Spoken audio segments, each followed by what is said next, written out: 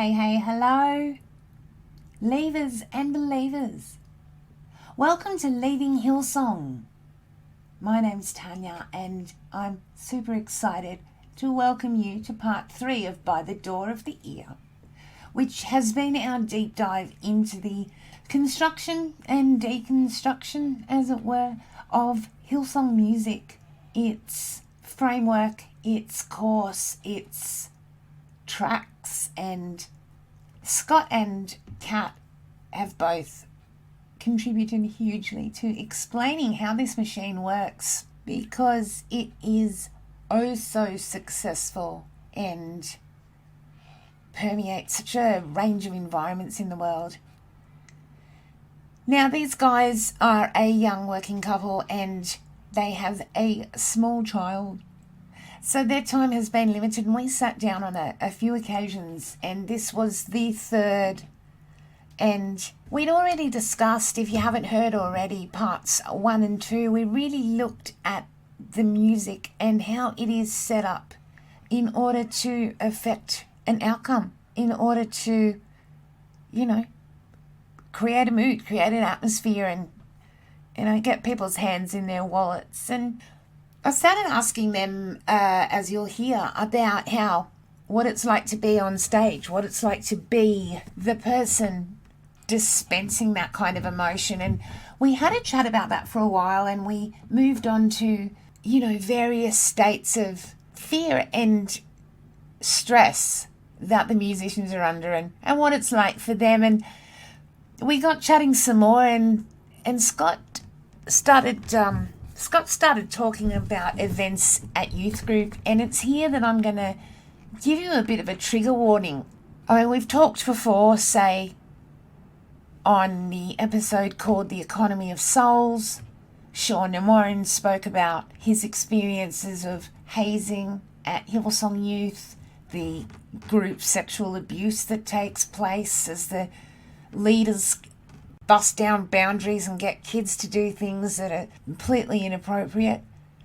So some of that's going to come up at the end of this episode. I even thought about splitting it in two, but it flows so well that, I guess we also have to look at the reality of this, because the events that Scott describes, and heads up, there's inappropriate sexual behaviour, physical abuse, lack of duty of care.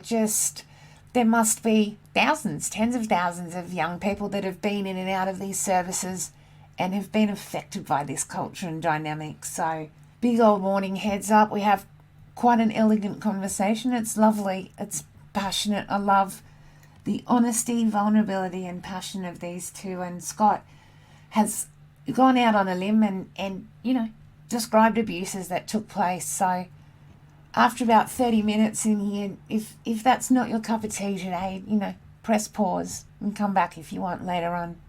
Something else I wanted to mention is I've become quite aware that some people feel quite compelled to tell their story, as if speaking out is kind of the next kind of evangelism, and they feel really bad if they're not speaking out due to whatever reasons, fear or relationships, or they're just not ready, but they feel guilty about that. And I'm just here to say, don't feel guilty about that. There's a difference between not reporting, crimes, abuses to authorities, and not giving your testimony. You don't have to preach it if you're not ready. In fact, it could be incredibly counterproductive. So if you are ready to share, by all means get in touch. Love it. We love the personal accounts, but there's no feeling bad for not doing enough around here. So you know what to do. Get your snacks, your coloured popcorns and cornettos and, your golden daytimes, and settle in for a really incredible conversation. There's so much here. I wouldn't even know where to begin, but take care while you're listening. Scott really opens his heart, and there's lots. Enjoy.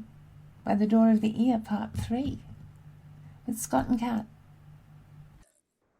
So we left off last time talking about how a service is staged and presented to people in light of the fact that, a lot of people go to a church like Hillsong or to Hillsong because of the fantastic music, and they're really drawn to that, and it is high quality, it's internationally famous, but it's also, I was talking to you, Scott, like during the week about the way they can use music to infiltrate anywhere, because it's just music, and it's just, gospel music. What could be wrong with that?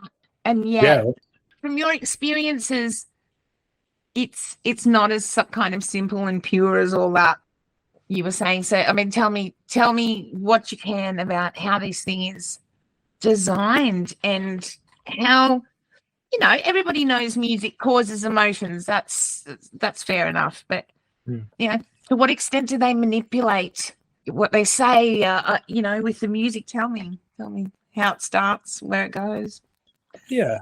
Well, I don't think not to say that the people who are producing the music aren't lovers of music themselves. I think a lot of them really love music. And in fact, I think that's part of the appeal of being at Hillsong as a music lover, which we both are, is that it really does appeal to that sensibility. And a lot of people struggle to leave the church because they're like, well, how am I going to find somewhere with as good a music? And the truth is you won't. Like there really isn't another church that can compare. Like I remember going to C3 in the Northern Beaches, and like, by most, everyday church standard, the quality of the music that they have there is exceptional as well, but it's nowhere near as good as what Hillsong was. Okay. And I just remember going there as a teenager being like, what is this? Who do these people think they are? Like being quite, and we definitely saw ourselves as superior, I would say. Even Planet Shakers and things like that. Yeah, totally. So well, the proof is in the pudding, isn't it? I mean, it's they've got the millions of sales and the internet. All we have to do is see that royalty statement that's in the leaked document. Yeah, just to see how widespread it is, like how much their music's getting played by churches everywhere. Yeah, you just don't see, Planet Shakers at the Grammys and stuff. Like it's full on. Yeah. But I think, like we were talking about how the music is amazing and uplifting, and, it really does elevate your emotions as you sing it. A lot of the songs are pitched in keys that mean that you do have to sing very loudly in order to hit the notes, especially a lot of the male keys are like that. And that means like when you sing like that, you do trigger a release of I don't know. I mean, I'm not a psychologist or anything, but I know that it definitely releases like pleasure, chemicals into your body. Like you feel amazing when you sing like that. That's why everybody loves going to big concerts and stuff, or most people do, So the thing about that music is that it is giving you this incredibly heightened emotional state. And in that state, you are more open to suggestion. You are more open and receptive to the messages. They're absolutely right about that. That's what we would, that's the whole purpose of putting it right at the top of the service, is lifting people's emotions so that they can be receptive to the word of God, in inverted commas, but it also makes them receptive to other things as well. And especially in youth, where music plays a huge part in the youth ministry, that can be used in very manipulative ways by people. I don't think they're thinking of themselves as being manipulative as per usual. Like, I mean, that's the caveat. I don't think a lot of them think that way. I think there's definitely some pastors that think that way, but I think that they genuinely see themselves as like opening up or like preparing. We used to talk about preparing the preparing hearts, but like the image that I think that was once sold to us by Julia was like preparing for the king's arrival, or like, like it was a Julia Bell thing clearly, but like, preparing the way for God to come, announcing his arrival in a way. But, I think that what that means is that when they then say things that are damaging, that are problematic, that, there are a lot of people who are emotionally primed to be sucked into that you know, you're emotionally primed and vulnerable, and then they go and ask you for money straight away, you know. Whatever they feel about it, it is manipulative. You know, you are manipulating people's emotions and putting them in a vulnerable position and then asking them for cash. I don't know. Do you have anything else to add to that? I mean, Kat, you've seen this take place, watched it over time, or is there like a... I've definitely had like mystical experiences in like heightened moments of worship, you know, and I would say that's quite common probably amongst people that went there for a long time. You know, I would have considered those like quite life-changing experiences at the time. Okay, because that's interesting. People do talk about these things having happened Yeah. in or close to the event. Did you see that from stage? Did you sort of see, like, you know, how many times you were singing 15 times a week or something? Like, do you see it go up and go down and the people start to cry, or like, how does that... Sorry. Yeah, that's I wonder more. I'm more cynical from these pastors' perspective, because surely they watch the same thing everywhere they go. They laugh at the joke. They cry at the sad childhood story. Yeah, that's a good point, actually, because if I think of, did I ever feel the same way on the actual stage as I did at sometimes in the congregation? And I would say the answer is largely no. That's partly because if I'm playing, I'm thinking more just sort of as a practitioner in a way.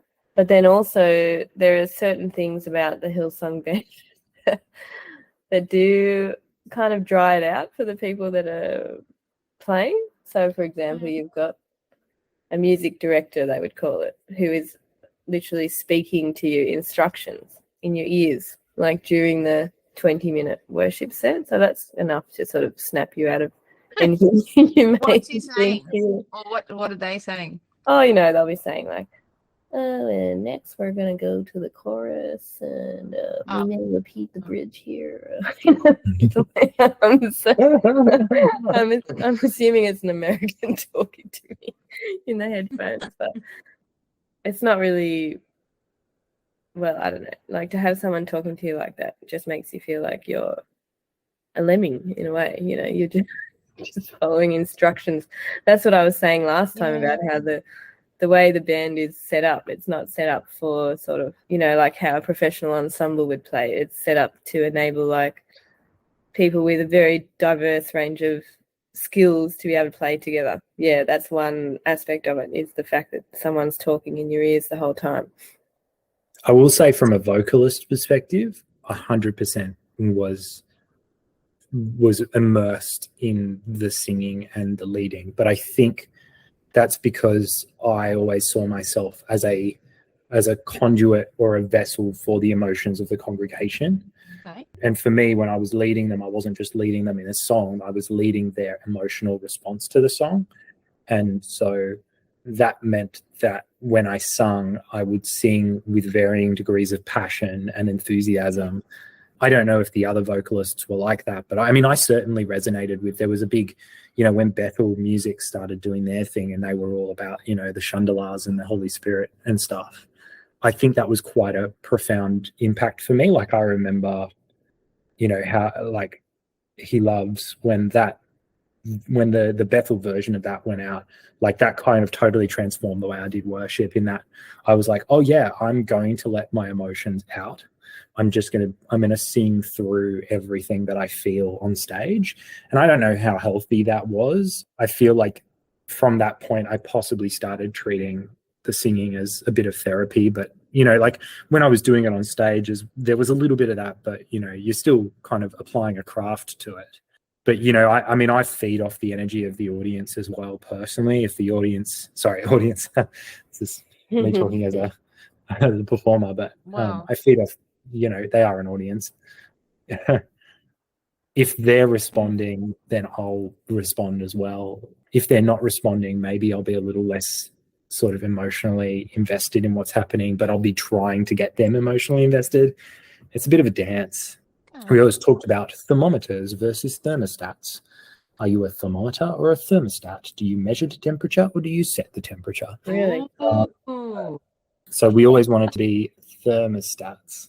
We always wanted to be the ones setting the temperature. Yeah.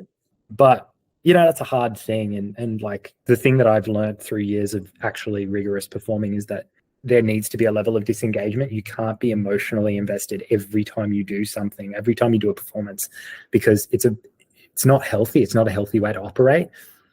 Like if I'm doing 6 shows a week and the shows are reasonably intense, I need to be able to perform emotion, but not necessarily feel that and internalize that emotion, if that makes any sense, because otherwise that's just a surefire way to psychologically burn out. Yeah. Well, yeah, you would never be left. Yeah. Yeah, I feel like I definitely was heightened emotions when I was leading from the platform. But then again, I was a vocalist and Kat's a musician. I think there was always a bit of a gulf between the musicians and the vocalists in terms of what we did. I mean, actually, like I would say I was taken up by like a few moments, like while playing on the stage. But in general, it was more just kind of following instructions a lot of the time. I did kind of feel like the vocalists, from my point of view, seemed to be much more sort of in it, like, and with the congregation in it. Like even, for example, because you're wearing these headphones which cancel out all other sound, you can actually choose how much of the room, because they have microphones in the room picking up the sound of the congregation. You can choose how much of what they would call the ambient sound is going into your headphones. And I would generally choose to have barely any of it, because especially on violin, if I had the ambient sound, I couldn't really hear my instrument. So that meant I didn't really have any idea what the congregation was doing. It may as well have just been us by ourselves on the stage from what I could hear in my headphones, put it that way.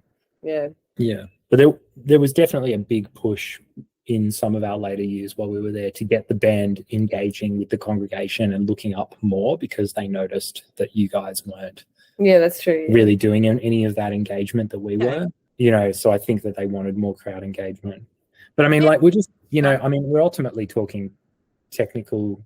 I mean, maybe the point of saying all of this is just to show how technical the whole thing actually is, that there's this weird dance that we're both doing together. Very technical, yeah. Yeah. I mean, even when we're jumping up and down to the fast songs and like they're dropping beats or whatever they're doing these days with tracks, and you're jumping up and down and going crazy on stage, even then there's a craft to that, there's a balance that you have to keep. You can't just go completely bonkers. Like, you have to stay connected to the crowd and leading the crowd.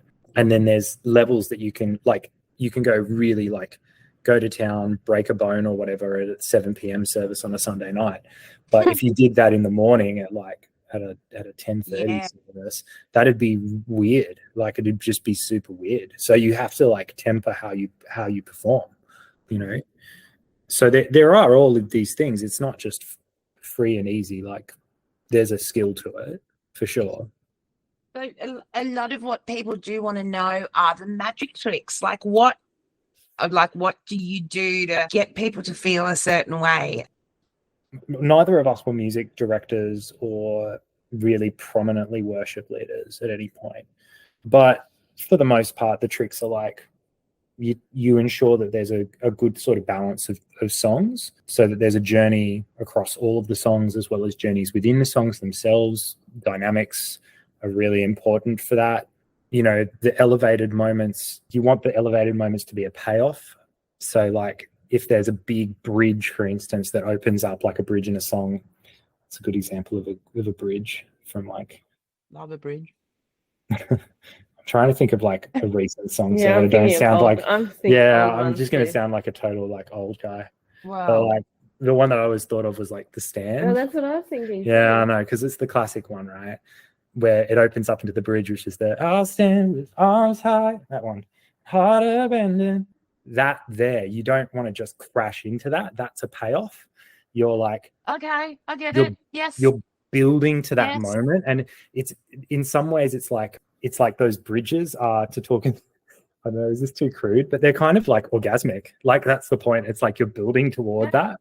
So like, I think it's thinking about it like that, because if you just go in with all of those big, high energy, elevated moments the whole way through, there's not enough contrast for the crowd to like feel those emotions, if that makes any sense. I remember when Lindsay Duncan said on his interview, when he was talking, someone had come to him, he's a psychologist, and said actually that they had responded in an orgasmic way to the music. And I'll never forget, Lindsay said, the body can only respond in a certain number of ways. So, you know, there's only so many strings you can pull. Mm-hmm. Yeah. And they're powerful, those musical ones. It's so, Yeah. It totally makes sense. Too, like, they're dimming the lights at that point, you know, in the song too, and then they might have just like a spotlight on the person singing at the bridge, and then they'll bring all the lights up too, so you kind of, your body would feel like it needs to respond to the full picture of what's going on, the whole production of it, you know, the music and the lights. So how is this different though how's it different from any show? Any kind of well-produced show? What's wrong with this? Why wouldn't they make music like this? This is how they've studied. That's exactly right. They've studied how the good musicians do things and copied it, essentially. But it's a very particular, like, the thing is that it does work to like elevate those emotions, to bring that from the crowd. But to reduce music, to reduce art and songwriting to that is where I start taking issue, because as soon as an art form or a musical form doesn't follow that structure, we feel estranged from that, I guess. Like, it's like we were talking about the idea of classical music as this very, say, like rebellious kind of thing to enjoy within the evangelical movement, because it's music that appeals to a different sensibility or a bit different part of you. Well, you need different tools to engage with it, really. Yeah. I like ended up in a conversation between like core Hillsong songwriters and a couple of classical musicians, and we're all sitting around at Waterloo McDonald's, and the songwriters are arguing that there is nothing better. It doesn't matter how good the greatest classical composers were, none of the music that they could ever write would compare to a Coldplay anthem done at a concert. Like at a big stadium event. Oh, really? Because Mozart's music could never elevate the emotions the way that like Fix You is able to do that, right? Yeah. And like, obviously this is showing how long ago this conversation happened, but I do remember that very distinctly, because I was like, oh, it's interesting how they literally see it as a binary. Like the way that these songwriters saw it was like, I know a bunch of Hillsong songwriters, they love things like jazz and classical. It's not like they don't love those things. But within a church context, we don't see room for that, because it doesn't manipulate the emotion. You know, it appeals to something different, and we don't know how to understand that. It's why theatre has never really had a place in the church, and when it does, it's you know, it's tacky and awful, right? Because we don't have any way of understanding art outside of propaganda. And I think, I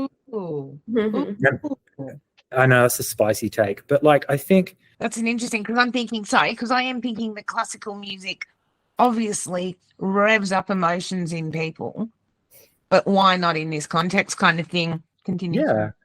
I mean, yeah, of course it does. Like, some of the greatest, most emotional pieces ever composed are classical works. But I think the simplicity in terms of like the way that the music of Hillsong appeals to the emotions, but it does so in order to communicate communicate a singular message, which is about I guess they would say it's the gospel.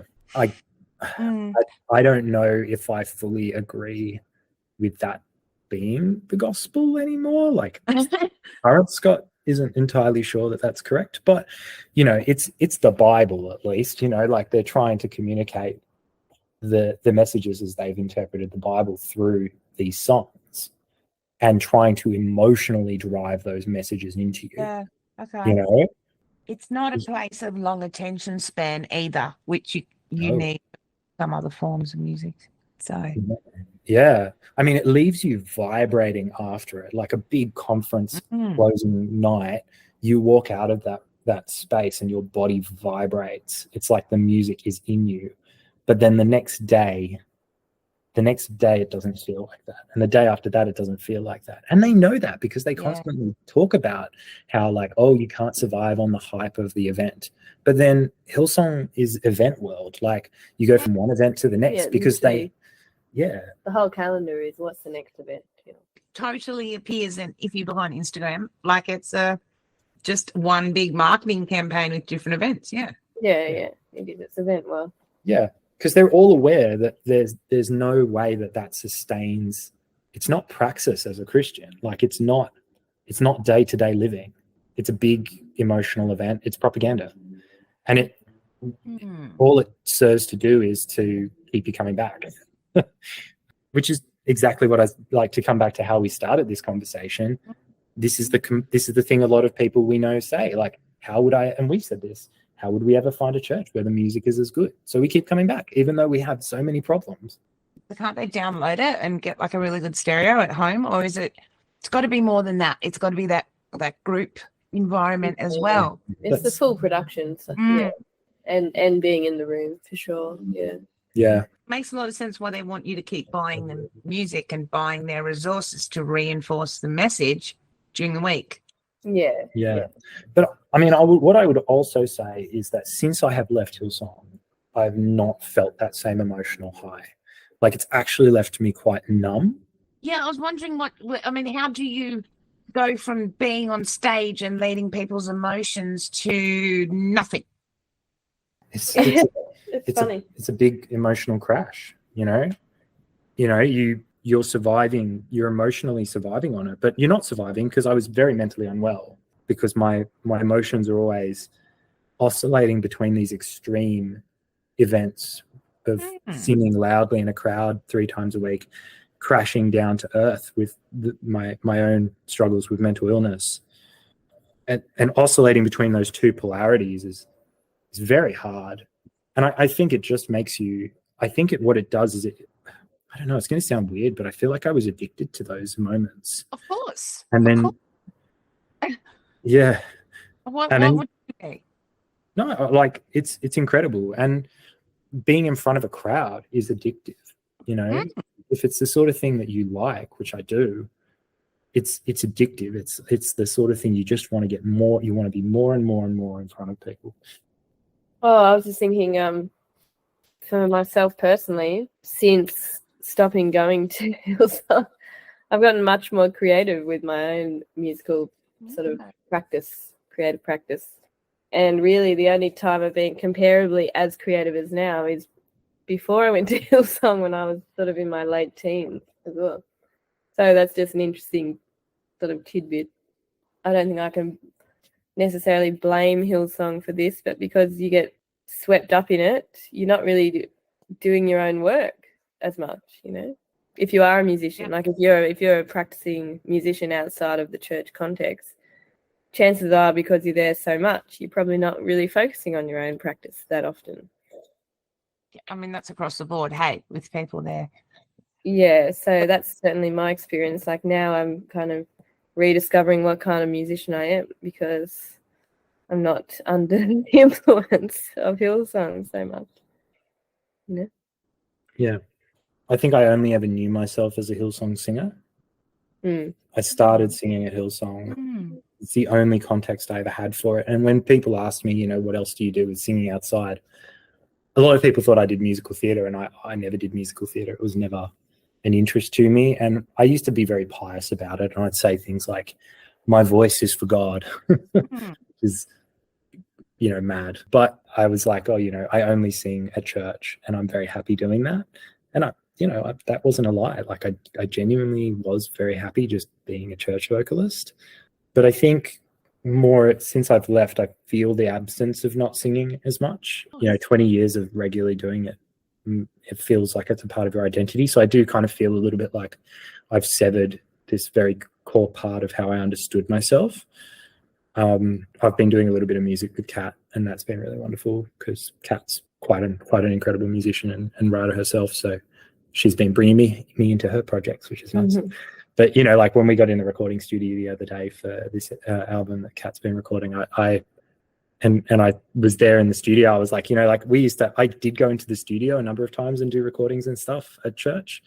It's like, like the last time I was doing anything in the studio was a church recording. And like, yeah. So it's interesting recontextualizing all of that with the new me. Yeah. Kind of claiming it back in a way. Wonderful. I like it. I think that grows and grows for people over time. It's been such a short time since you guys left. I mean, you left kind of separate times, so But Yeah. But for you, Scott, what was that? So, what year was it? 2019. Yeah. It is amazing from within the team how much the work that other artists do outside of the church is devalued, like ignored, devalued, sort of not relevant to, like, it's like every other creative endeavor you do outside of the team is non-existent, and I do remember actually Brian having a go at one musician who had left to go to Nashville to pursue her own career. I won't name names, but I remember that she had written a few quite big songs at church, and they were probably still getting the royalties for that. Yeah, and they were great songs too. She's a good songwriter. She was like, "Oh, you know what? I could have a career being a soloist, doing my own work." And so she went to pursue her own career. And I remember Brian getting up at our team night, like our kind of collective team night across Hills and City, and basically saying, "You think that this gift is yours, but it's not.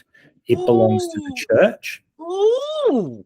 And if you think that you can just take the blessing and the favor you've received as a church musician and apply it outside of the church, you're wrong. The reason that you are successful is because of the church. So don't try and go and do anything else." But nothing to do with God. You've not mentioned God in that statement. Didn't he say the anointing is on this house? Yeah, the anointing is on this house, was what he said. And we all knew what he was talking about because he was clearly angry that she had left. But do you know what I mean? It's not about God. It's not like you've been given this gift of the super, it's the church. We interned you. Do you know what I mean? We paid you. You're not going to take these skills and leave me. Yeah. Yeah, no. It's very, it's mafioso, like it's the Don kind of being like, you think you can just walk away. Well, I'm taking away the blessing. It's quite psychopathic. Well, yeah, because then obviously touch not the Lord's anointed means the whole church in his mind as well. Yeah. It's an anointed thing. Definitely. But yeah, like I don't think, as far as my work went outside the church, like I was doing theatre all the time. Not a single person ever turned up to see one of my shows. And when people would ask me how it was going, they'd always say, "Oh, hey, how's the music theatre going?" Even though I'd very clearly told a lot of people I don't do music theatre. I do something completely different. But nobody really cared. It was just about, coming and doing the Sunday service. And I don't think I ever talked about my work outside of church, within church. It felt like something completely separate from what I did in my day-to-day life. And I don't remember anybody sort of taking any interest in your work either while we were there, Kat. I don't know if you had a different experience, but... sometimes people would introduce me as like, "Oh, Kat's this great musician, does all this other stuff, and then she's here too," sort of thing. Like, so people would kind of mention it, but that's as a kind of a trophy. Yeah, exactly. Yeah, more like, "Look, we've like managed to ring in this person." I mean, that's quite consistent now. That people's study, people's other jobs, really anything that isn't, useful, is devalued and disregarded and downplayed and discouraged. Yeah, you're right. It's that trophy. It's almost that trophy thing, because they used to say things like, "Oh, well, this guy here, he's the CEO of a company, but on the weekends, he comes and serves on the door." And it's like almost like this, hey, look at how we are, it very much is like, look how powerful we are in some ways. I don't, I know that that's maybe not how they intend it, but sometimes it reads like that. Like, look at how great we are. Even the CEO of this multi-million-dollar company, comes and does door ministry or whatever it was, welcome team, Yeah. So how do you manage it? Because it's only sort of nearly 4 years. How are you sitting here, both of you chatting away like openly, and you did a TV interview the other day because the issue of the college had come up and you guys spoke to that on Channel 7. How come, as you know, it can take people, 7 seems to be the magic number that keeps coming up. 7 seems to be a minimum, but often it's 15 or 20 or 30. And what makes you special? How come you're speaking so freely? I don't know. I don't feel like emotionally invested in anything to do with it anymore, personally.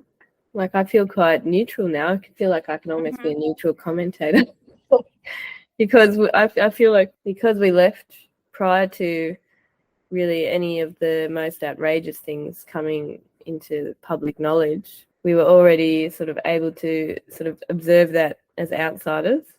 I think it would be different if we had still been there, from the Carl Lentz controversy onwards. That's just my thought. Do you agree, Scott? Yeah, maybe. I think it's hard. Like, I was talking to a work colleague about this today because she saw the TV interview and kind of asked me about it. And I was like, this is a big box to be opening up. And I think we'll be here all day talking if you really want to know everything that happened. But I think I realized, like, my coming of age was framed by Hillsong.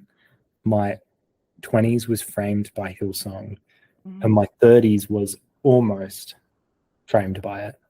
And I just think I need to understand it. And I don't know if, maybe I should be doing all of this in therapy or whatever, but with a therapist. But I feel like I could, and I probably should still do it. But I don't know. I want to be a part of this conversation. I own this. It's a part of me, and I refuse to let. I won't be shamed into being quiet about it. I think it's caused me a lot of grief, just the stuff that went on in the background, especially all the stuff regarding my queerness. I feel like there are certain parts of my life that were so absorbed by the Hillsong bubble that I didn't even get to discover parts of myself until I was able to let go of that. And quite honestly, I'm angry, I'm one of those angry, bitter people that leave. But you know what? Like, it's okay to be angry and bitter. And I want to use that because I think, WWJD, right? Go and flip some tables. I'm just not getting bitter from you. And that's the language of Brian every single time. But, it really is. And it's a harsh accusation because it's just thrown around, every time someone disagrees. But angry is an interesting one because, some people would discourage it, but it's such a, I don't know, it's such an important place to be, I think. And what they've done, particularly, on personal levels to people, on a mass level, how could you not be angry? Yeah. Exactly. Yeah. They've hurt so many of the people that I care about. And it was all done in the quiet. It was all done in the background. And then people were gaslit into being quiet. And all of these people are liars. These pastors and these leaders, they just get up there and they lie. They bold-faced lie. They look down the barrel of the camera and they just tell the most grandiose, disgusting lies. They belittle people. They talk people down. They make themselves the center of the universe. I'm angry enough that at this point, I think the best thing is for Hillsong Church to die. It needs to end. And I want to be a part of that. I want to, they're going to get up there on the weekend and say, these people just want to tear the church down. And you know what? I do. But when I say the church, I'm not talking about the congregants. I want the congregants to go and find healthy places to express their spirituality, to express who they are as Christians, whatever they believe. I'm not even critical of that. Like, they can go and explore that for themselves. But I want the leadership. I want the structures of Hillsong to fall. I want the assets to be sold off. I want the money to go someplace where it can actually do some good. And I want people like Phil and Brian and Robert and all the other people who are putting their face on the defense for Hillsong, I want them to disappear and I want to never see them again. That is my dream. I think people I don't think I'm the only person. And I think lots of people, especially, we talk about Hillsong College students not wanting to stand up and say anything because they're afraid. And like, you're right. More people need to come out and just be like, yeah, I'm angry and it's okay to be angry, and sure, there are points where I benefited from being a part of Hillsong, especially in like various leadership roles and whatever, obviously voluntary leadership roles. So I didn't have access to the church card, unfortunately. But, like the fact is that like on the whole, I don't think I'm better off for my time there. And I think we've done a great deal of harm to Christendom, to, to society generally. I just don't think we've brought goodness into the world. Scott, you were 13. And but I was reading about gangs and why particularly young boys join gangs, and it's about a family, a sense of belonging. There is some kind of status attached, but it's a family thing. So it's almost like you were recruited into a gang, and here you are, and of course you're angry. You were a child. Yeah, exactly. And they took the liberties of, like you say, framing your teens and framing your 20s, and then what? They don't want to take any responsibility for it. It's and then you're bitter and angry when you start to think about that, and you think actually that was wrong what they did. I just remember like I'm always been a small kid too. Like I'm not like I was a small kid amongst very, very tall people. But like I remember having Nick Carroyer and his thugs like just get super angry at me for being in the wrong place at the wrong time. I remember like having the looks from pastors and the feelings of like you're taking up space, and like the belittling and the like I talked to you about being tribal war and having my like all the skin on my left arm torn, like burnt, right? Like I got proper like what's a tribal war? Sorry. Oh, tribal wars were like at youth, they have these big kind of games that they play every week, and the games for ages. It's like 2 hours before the church service. Oh no, it's during. The tribal wars are during the service. During the service, yeah. In the middle of the service, they'll like and they've got classic like tribal war games like Job's Boil, which is like a big pile of like mattresses and chairs and stuff that are piled on top of each other with a balloon hanging from the ceiling, and you have to climb up the top and pop the balloon. And there are 4 teams trying to do it. It's kind of like a capture the flag on a hill. But I do remember getting caught underneath like a pile of bodies and dragged across the room and ending up with like proper burns all up and down my arms from the carpet in the second auditorium. I've still got scars all over my arm from it, And what duty care did they show you? What kind of response did you get? Oh, none. No, you don't get a response, right? Or I didn't. Zero. Kat's holding up a big old 0 with her hands. Yeah. What? I mean, did first aid? Tell me you got some first aid. No, of course not. No, there was no first aid for that. What? Yeah. People are sending their children to do these. I mean, you could have fallen off the mattresses and broken a bone. The broken bone thing seems like a metaphor, not a joke. Oh, the ambulance came a number of times while we were doing these things. Like the tribal was really problematic. What? We even didn't they get people to swallow a fish one other time? Oh yeah, no, there was lots of like animal abuse. What? Sorry? We've opened up another. Oh, this is like this is the box of craziness that is my time in Hillsong Youth. No, there were things like playing chicken soccer where a live chicken was brought up, and they set up 2 goalposts, and you had to chase the chicken. I thought you were going to kick the chicken. Okay. Well, I mean, there was an animal, like, because it was animal night at youth for whatever reason, there was this person that was brought in a snake, and she was horrified by the way that we were treating these chickens. I say we, but leaders. Yeah, there was like I remember when the upper administration said we weren't allowed to do any more drag. They banned drag, which I think is very topical. But like, it's Trans Day visibility today. Yeah, I know. The point is that yes, like as you said, Scott was a child coming in at 13, and this is what they're doing with the kids. Like, this is how they're getting them in at the start. I don't know.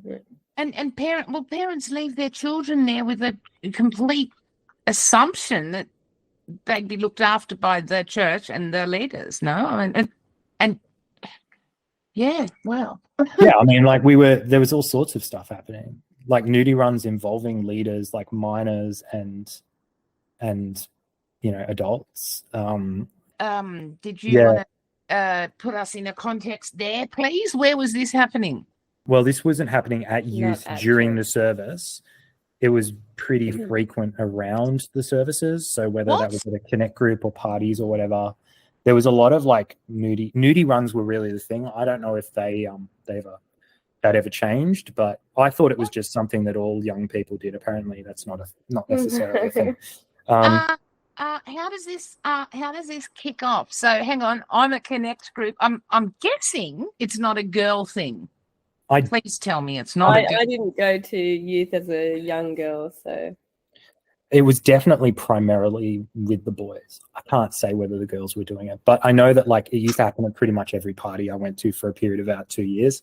And I, being queer, always felt very uncomfortable with it because I was like, as a queer person, you just don't know what's going to happen. So like, I was like, well, I'm just going to stick around with the girls and I'll let the boys go and do their things. But there were a few times where, like it's one thing if it's a bunch of, and like I'm not condoning it, but like it's one thing if it's a bunch of 14-year-old boys doing it together. It's another thing when it's a bunch of 14-year-old boys and they're 21 and 22-year-old leaders who are also doing it with them. And that did happen on a number of occasions, although I was not involved in any of that. I do know it happened, and it was a slap on the wrist, and then everybody kept going. Who instigated? I'm that's unsure. it. How did this culture start to begin with? Yeah. Well, I mean, what's happening? So, like, they just were like, let's go. I don't even like the name Nudie Run because it sounds kind of cute. Do you know what I mean? Like, it's just good fun. Yeah. Well, it was like, let's go and do it. Everybody goes down to the park. They take off their clothes and they run across the park. That was what it was. Okay. I remember my mum being like, this is how I discovered the word homoerotic. Mum was like, don't you think that's a bit homoerotic? And I was like, what does that mean? I was like, oh yeah, now that you mention it, it probably is. Hillsong is homoerotic. Like, it's just so massively homoerotic. It's so camp. Let's be honest. It's so camp. Have you ever been to a Christmas spectacular? It's the campest thing. Oh! Like some of my learned colleagues are saying, "Oh, look at this preacher here," or "Did you know that?" And I'll go, "But he's gay," and I don't care. But the preacher's gay, and then and it happens all the time. I go, "I don't know him, but he's gay." Goodness me, and wow, yes, yeah. Youth is its own thing. We could talk about for hours, but yeah, all to say, all of this is happening. You just internalize it all. You don't really question it. And now I'm like, actually, you know what? All of this wasn't right. This shouldn't have happened. I wonder to what extent that's sort of criminal, and particularly the lack of duty of care. And I mean, come on, what, the kid's got burns and you don't give them a bit of antiseptic, better doing something. What? Well, nobody's looking after you. Nobody's looking out for you. Like you're in a sea of people, a crowd, you may as well be at Big Day Out Festival. Okay. Yeah, it is. It's like that. It's like it's like going to a festival. I mean, like there was no duty of care because there was nobody caring. Like the pastors are there to run the event and be a spectacle, not to actually look after or get to the kids. That's just terrifying. It's a church. They get the tax breaks for that, to look after and provide assistance to the community. And if that's the youth outreach, and you're going to set up obstacle courses that are dangerous to make competitive masculinity, what is the? I mean, it is. It's very hyper masculine. There's erotic at the same time. It's fabulous. Yeah. It's hyper masculine, homoerotic, but then also like aggressively heteronormative. So, like Phil Dooley used to love The Leap. I don't know if you've heard about The Leap. No. But The Leap was like they'd partner up girls and boys in the crowd, and then they'd play. What was it? Don't want to close my eyes, don't want to fall asleep. That one. I don't know who wrote it. Aerosmith? Aerosmith. Yes. Don't want to miss a thing. That's terrible. Yeah, That's yeah. terrible. How did I know? Oh, that's bad. Mm. But yeah, they play Aerosmith. But, you know, once they get to the big expansive moment in the song, the girls then run and jump into the arms of the boys. Ew. And everybody cheers. And it was Ew. called The Leap. They And were still doing this when I came, like it for the 18 to 25s youth group. Ew. you'll find heaps of videos of it online. Like, it's all over YouTube. It was a crowd favorite. And it was a way of, like, people were unwilling. Like, a lot of the people that did it did not want to be doing it. Really awkward. It's super awkward and really tacky. But you know, what's he overseeing? What was he directing that, Phil? I just yeah, he was the head of the youth ministry. I mean, we'll cut this, but I mean, what goes on behind closed doors? You know, like, that was like, I spent a New Year's Eve with the United boys accidentally once. They just so happened to be in the same place I was, and I knew somebody who was hanging with them, so I ended up there. But I remember being totally shocked because they were all absolutely, like, they were drunk off their faces, like, you know, and I was very much like, oh, I thought I had to be really, really good in order to, like. Yeah, I wonder if that's what I wanted to happen. So then you get led into a party like that. They find out how you respond, because some people have been disgusted and I can't go back, and some people will report on them. And do you know what I mean? And then is that how you get led into the? Well, I mean, that report. I was having a bad night that night because, like, I'd smashed my glasses and I was blind. So I, like, turned up and they were, like, really drunk and it was hazy and, like, dark. And I hung out with them for a bit, but the whole time I was just like, I can't see anything. This is terrible. But all I remember from that night is not being able to see anything, but knowing I was hanging with the Hillsong boys, and also they were very drunk. And I was, like, feeling quite awkward about it.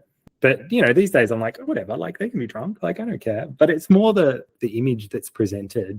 Because they're lying again. They're lying. Like, it's just a big fat lie. I mean, I'm more like, if you ever have any, like, you know, group chats about things and you want somebody to join in the chats at any point, I love coming in and having a chat with, you know, other people too. But, you know, oh, I see it on this thing. I thought you meant on, like, WhatsApp or something. I was like, okay. No, I was thinking more like, you know, if you need people to chat with about other things. I get you. Yeah. You know, just trying to think if you want to keep talking about things in a way that doesn't turn this into, like, a, you know, too long of an episode. I guess it's going to have to be a couple of episodes, right? The music's massive, so I think it's not a problem. Like, it's yeah. I mean, I'm always happy to keep talking about stuff. Let's find a way. We'll say, like, goodbye for now or something, and we'll pick it up soon. Yeah. Good night. Good night. Good night. Thank you to Kat and Scott for all the time that they've put into this. That interview was recorded one evening after work, and they've just been so kind with their time. I want to get a couple of things clear. I contacted a member of the police force in Australia who has been helping and supporting me with advice and information.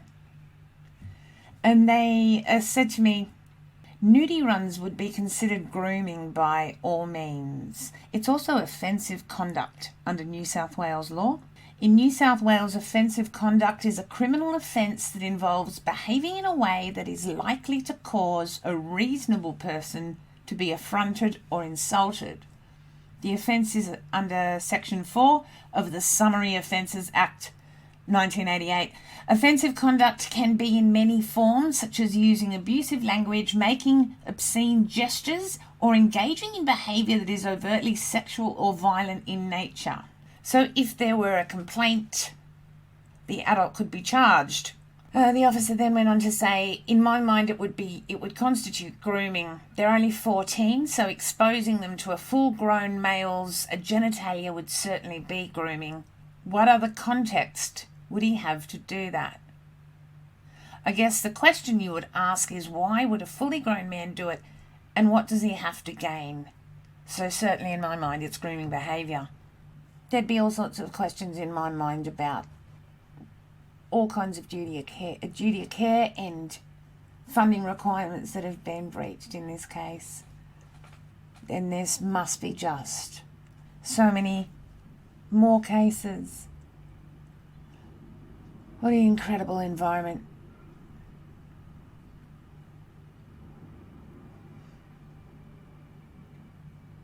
I'm told this week there's only 400 college students left in the world now. No longer are there thousands. So, you know, hopefully there's thousands less abuse cases going on, because that's pretty much all it is. Thank you so much to Scott and Kat for sharing such a range of experiences. I have not wanted to say goodbye to them, so I'm going to hang on to them for music questions. And you know, these experiences of growing up in Hillsong and, you know, being involved in so many parts of that machine. It's been really, really illuminating. Thank you so much to all of you for sticking around, for hanging in there, for supporting this mission for so long. We've got some fun stuff coming up with a Vanity Fair docu-series arriving on May 19th.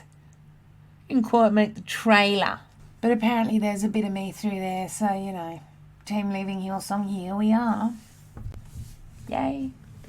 As always, thank you so much for your support, your messages, your insights into this really strange universe we keep poking around in. It's been so good to hear from you, and just to see people's responses to everything that's going on. It's just so fascinating.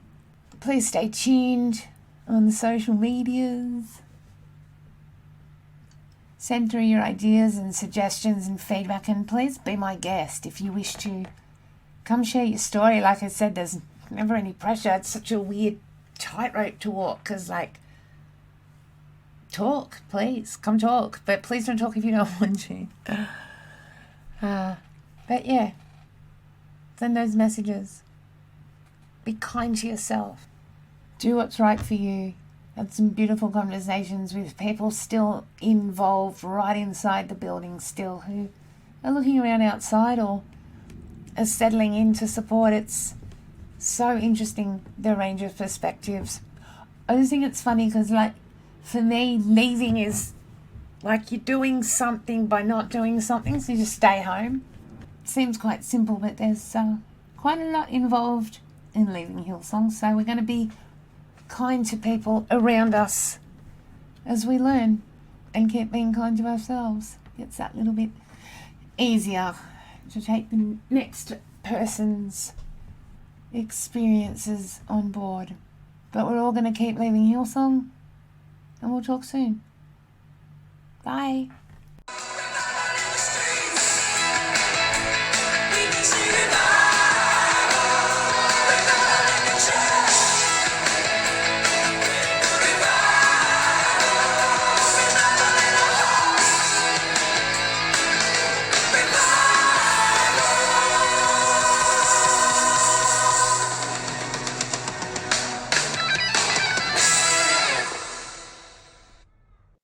Yeah.